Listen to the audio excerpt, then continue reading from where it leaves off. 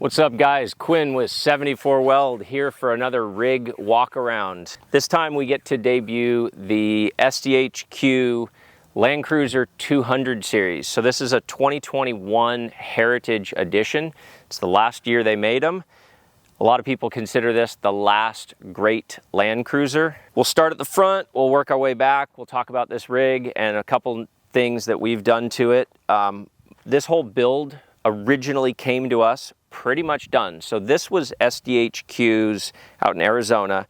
This is kind of one of their flagship builds that they had. It has, on the front end, doesn't look like much, but it has a hidden winch plate with a worn Xeon 12S winch, Factor 55 tow hook, and an SDHQ fair lead that guides the synthetic rope. So it's tucked in nice, super clean, moving down and back. So this thing has full skid plates, underbelly protection from ARB. We've got Baja Designs lights in the grille, they're replacement fog lights, as well as the Baja Designs XL80s on the A-pillar. SDHQ makes that bracket as well. They do a lot of super clean little bracket work inside. So this is all controlled by a Switch Pros, where it has on the dash, there's a little face plate that SDHQ also makes. Frenches it in, makes it look OEM, super clean. Why are we doing this? We're doing a walk around on this vehicle because this was our test bed and R&D vehicle for the Land Cruiser 200 series portals. Like all of our kits, it's a 3.88 inch lift. It's a 22% gear reduction. On this platform, we widen you 2.7 inches per side. We are hands down by far the narrowest portal in the world.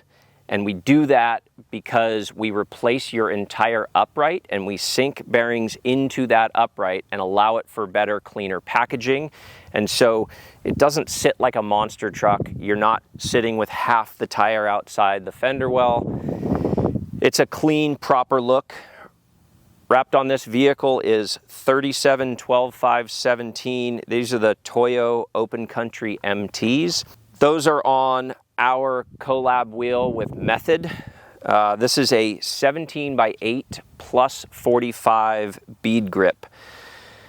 I think that we're going to start working to release some new wheels in the coming future, but this wheel, and I guess on this platform specifically, wheel selection, wheel choice is super critical, because what we learned, we wanted to keep the vehicle as narrow as possible.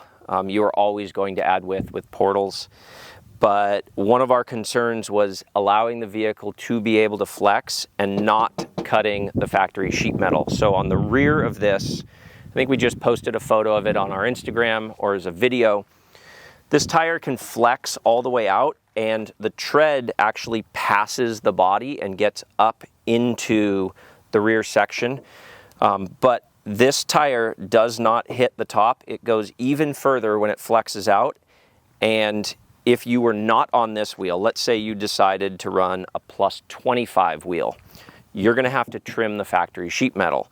Because of the plus 45, it sucks everything back in enough where this comes up and clears super clean. We did a little bit of trimming back here because the tire would rub the mud flap otherwise when it's flexed out. And we always, on every vehicle, end up trimming a bit on the back side of the front of the firewall. Trimmed a little of the plastic up front, but very minimal trimming to be able to fit a 37. All of your KDSS on the front end was maintained. You would be able to maintain KDSS on the rear, but SDHQ went ahead before we got the vehicle and had swapped out all of that stuff to eliminate rear KDSS. We did a couple little touches. We added our race-inspired hubcaps. That's not a standard product with our portals. If you buy our wheels, we do recommend them because they're super clean. But it's not necessary. It's just a little added bling. On the front end and rear, controlling the whole suspension on this is Icon. 3 O's. The front is a coilover, the rear is a separate coil spring and bypass. Icon upper arms, Icon links on the rear.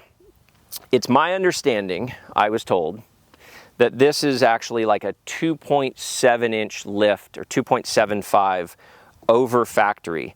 So, you know, to give you a perspective, I'm 5'9". It's a big truck. It doesn't have to be this big. You could easily drop this down and run a 35. One thing that we're super stoked on, and it's worth mentioning, a 37 turned all the way with the factory KDSS with no modifications still has a good solid inch before you get into that front sway bar that everybody has to deal with, and that's why almost every Land Cruiser you'll see, the biggest tire you're ever going to fit on them is a 34. So that's what this vehicle came to us with before we threw it on portals. It had a 34-inch tire, and even with a 34, you can see that they were rubbing KDSS fairly substantially, enough to wear the paint off and have a little nice clean spot on it.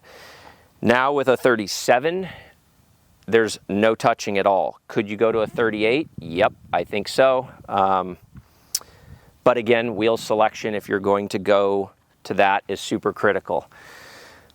Sliders, another SDHQ product. Some clean rock rails. They're frame mounted, tuck underneath. Protects the body, keeps you off stuff.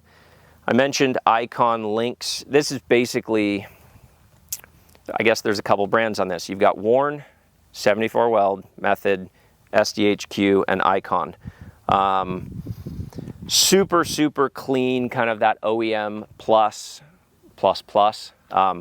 sleeper build. You've got a Prinsu rack up top. I believe they also have a light bar that they'll mount on this at certain times. Just an all-around super clean build. If you're a Land Cruiser guy, you've probably seen this vehicle before. The interior on it, it's pretty plush. And this vehicle only has 5,000 miles on it. It's worth, I guess, diving a little more into it. So we covered kind of the exterior of the vehicle. This thing does have some kind of hidden gems in it. I'm going to go ahead and pop the hood and show you some of the cool stuff under there. All right, so the last of the V8s, only this one is a little different. We have a super sick Harrop supercharger on this thing. When I first fired it up, everybody kind of walked out of the office and was like, whoa, what is that? You definitely feel the supercharger. It's super nice. It's snappy. You've got SDHQ dual battery mounts with Odyssey, what are these, 1200s probably? They call them the AGM 34R. We've got an ARB mounted under the hood so we can air up tires. Overall, like just the little fit and finish of the details, how they mounted batteries. We've got a Switch Pro mounted off of the inner fender on this side. Super, super clean, well thought out build. So this thing sounds absolutely wicked. It has a Gibson exhaust on it. It gives it that throaty, meaty sound. Super fun vehicle to drive. Very plush, very cush. It feels like a big heavy Cadillac on 37s, and it's just an absolute dream. A couple other things to mention on this. So we're showing you the 200 series Land Cruiser. Our platform, or our portals on this, will also work on a LX 570, as well as all of the second gen Tundras. Now, there are some differences between early model LC200s and the later stuff, but we will cover every year of the 200 as well as second gen Tundras, all configurations. And I guess I haven't talked about it in a while, but we do still get questions of what's in the kit. So you're getting front and rear portals, that's a given. but you're getting everything else you need to make it work on that platform. So we're upgrading your rotors. We're putting you into a Willwood rear parking brake on this platform. You get everything from catch cans, vent lines, new brake lines, everything to integrate into your vehicle. So, you know, when people ask about options, well, you know, what else? There really isn't much. The only things that we're actively working on is expanding our brake line. So, and by brake line, I mean physical calipers. So we offer both Willwood and power brake for several platforms. We're working on a power brake kit for this right now.